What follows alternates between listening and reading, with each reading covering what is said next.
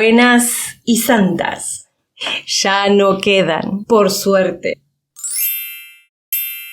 Me olvidaba. Hoy les presentamos La expulsión del demonio. Ahora sí.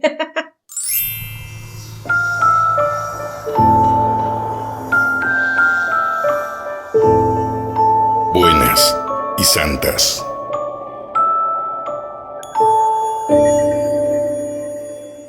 Quien nos cuenta estos sucesos es Miguel, que desde pequeño, desde bebé, descubrieron que tenía un trastorno neurológico provocada por la actividad eléctrica de las neuronas en alguna parte del cerebro. Esta enfermedad es conocida más precisamente como epilepsia y lo hacía convulsionar sacando espuma por la boca. Miguel, cuando tenía 6 años, comenzaría a experimentar algunos sucesos paranormales en la casa en donde vivía, en Bahía Blanca. Esta casa antigua tenía un taller atrás en el patio donde trabajaba su padre, y a ese taller se accedía por un pasillo que iba desde el frente de la casa hasta el patio. Una siesta, Miguel vio por la ventana que daba a este pasillo que una mujer mayor pasaba hacia el patio, hacia el taller del padre. Así que Miguel decidió ir hasta el patio para decirles que sus padres estaban durmiendo la siesta. Pero no encontró a nadie. Miguel quedó intrigado y por momentos pensó que sus ojos le habían jugado una mala pasada. Pero su recuerdo le decía que no, que por ese pasillo había pasado una mujer mayor. Unos años después, su hermana, hablando con Miguel, le contó que había visto una mujer que pasaba por el pasillo y sucedió lo mismo que le había pasado a Miguel. Cuando empezaron a enfrentar estos hechos, se dieron cuenta que había sido en la misma época y la señora era la misma. Era una mujer de aproximadamente unos 80 años con un pañuelo en la cabeza y que pasó entonces en 2 oportunidades hacia el patio. Nunca encontraron explicación a este hecho, pero no era lo único que ocurriría allí. Miguel nos cuenta que en su casa comenzaron a pasar cosas muy preocupantes, como la aparición de manchas oscuras en el piso de su habitación. El piso era un piso calcáreo de esos antiguos, y cerca de su cama comenzaron a aparecer estos manchones oscuros como de aceite negro. A partir de esos manchones, Miguel comenzó a sentir presencias en su casa. Informándose al respecto, descubrió que esos manchones eran energía negativa condensada que aparecían generalmente cuando se hacían los rituales umbandas. Pasó el tiempo y aproximadamente a los 21 años, Miguel comenzó a jugar irresponsablemente al juego de la copa, que quiero aclarar, no es un juego. Esta actividad fue realizada en varias de las casas de sus amigos, incluyendo la suya. Este juego fue realizado en la piecita del fondo, en la habitación del fondo que Miguel usaba para leer, para estudiar y además para juntarse con sus amigos. En medio del juego, la copa comenzó a girar y a mostrar letras que no eran un mensaje. Pero ellos decidieron pedirle irresponsablemente que se materializara. En ese momento comenzaron a escuchar pasos fuera de la habitación. Eran pasos sobre el pasto. Lo primero que pensó Miguel era que era el perro, pero el ladrido lejano demostró que su perro no era. Aterrorizados, corrieron fuera de la habitación hacia la vereda, no pudiendo cerrar el juego. Poseído por el miedo, Miguel solo atinó a correr hacia la vereda, pero en un momento miró hacia atrás y pudo ver que se dibujó una luz centellante que formó una S. Todo quedó así, pero una sucesión de acontecimientos paranormales estaba por comenzar. Una noche estaba con uno de sus amigos en esta piecita.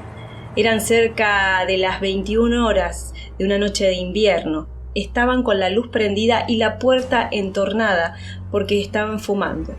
Escucharon una voz femenina y vieron pasar a la madre de Miguel. Esa voz estaba llamando a Miguel. Así que Miguel se paró y fue hacia el patio. Pero no había nadie. Despidió a su amigo y se metió dentro de la casa.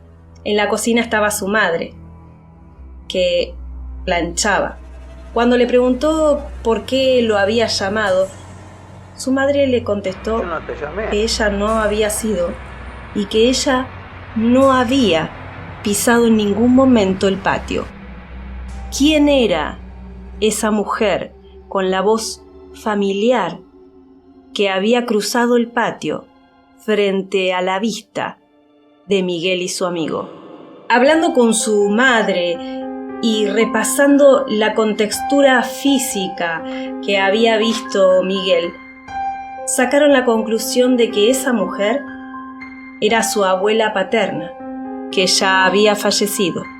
Miguel comenzó a tener una serie de intuiciones que aparecían como pensamientos rápidos en su cabeza, como la certeza de que iba a pasar algo, y segundos después pasaba lo que Miguel había intuido. El tiempo y el susto pasó, pero las cosas seguían sucediendo. En una oportunidad se cayó un frasco muy grande de una estantería que no tenía cómo resbalarse. También comenzó a escribir cosas impulsivamente, cosas muy extrañas que escribía sin pensar.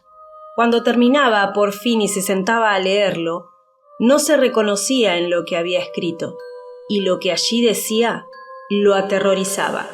Sus escritos hablaban de muerte, de putrefacción, de sangre seca, de oscuridad, del diablo, y llegó un momento que empezó a escribir repetitivamente: aparecé y matame. También ese trance lo llevó a escribir círculos, rayones que iban uno sobre otro hasta dejar toda la hoja entintada. Fueron 15 cuadernos que escribió, guiado por fuerzas indescriptibles, pero que claramente eran fuerzas del mal. El tiempo pasó y Miguel estaba cada vez más aturdido con todo lo que estaba ocurriendo. Pero fue mucho más aturdidor cuando comenzó a escuchar en su cabeza voces que le decían lo que debía de hacer. Esas voces se manifestaron hasta llevarlo al punto de que Miguel se encontrara con un cuchillo entre sus manos, decidido a cortarse las venas, porque las voces así se lo pedían. Pero hubo una voz más fuerte y más estricta que le exigió que deje el cuchillo a un lado. Miguel obedeció. Luego de eso experimentó un ataque de llanto irrefrenable. Cuando Miguel le cuenta esto a su madre le aconseja que vaya a ver a un psiquiatra, y este profesional lo diagnosticó con rasgos esquizoides. Su madre también le dijo que fuera a casa de su vecina, que era espiritista. Esta mujer le dijo que ese relámpago de luz que vio aquella vez cuando estaban jugando a la copa, quizás había sido una descarga eléctrica que emiten algunos espíritus, y lo que le pasaba con la escritura y las voces que tenía en su cabeza en forma de intuición no era ni más ni menos que la posibilidad de que Miguel sea medium. Le aconsejó también que hable con esas voces y que les pida buenamente que se vayan. Todas estas situaciones hicieron que Miguel tenga un acercamiento furioso al cristianismo.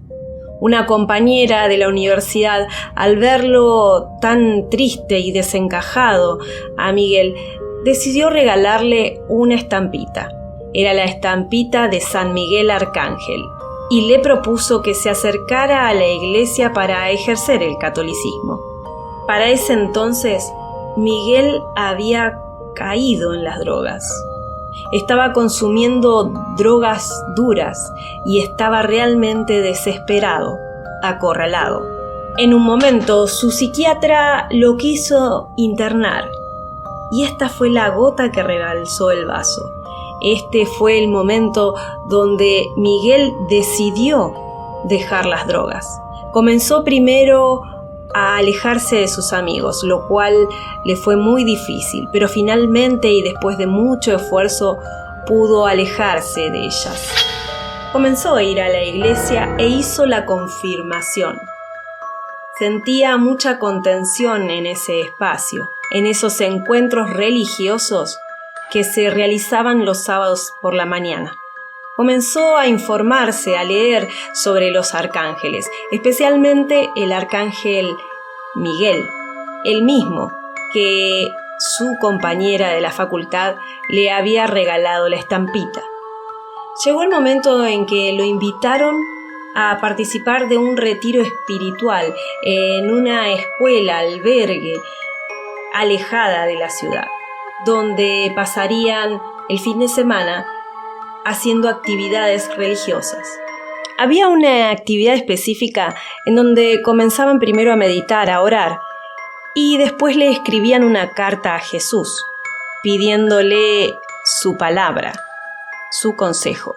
Pedir la palabra se le dice a abrir el Evangelio, el Nuevo Testamento, en el lugar que nos parece, y lo que dice ahí es la respuesta que necesitamos. Miguel así lo hizo, y cuando abrió el Nuevo Testamento, encontró la parte donde Jesús cura a un niño que tiene epilepsia.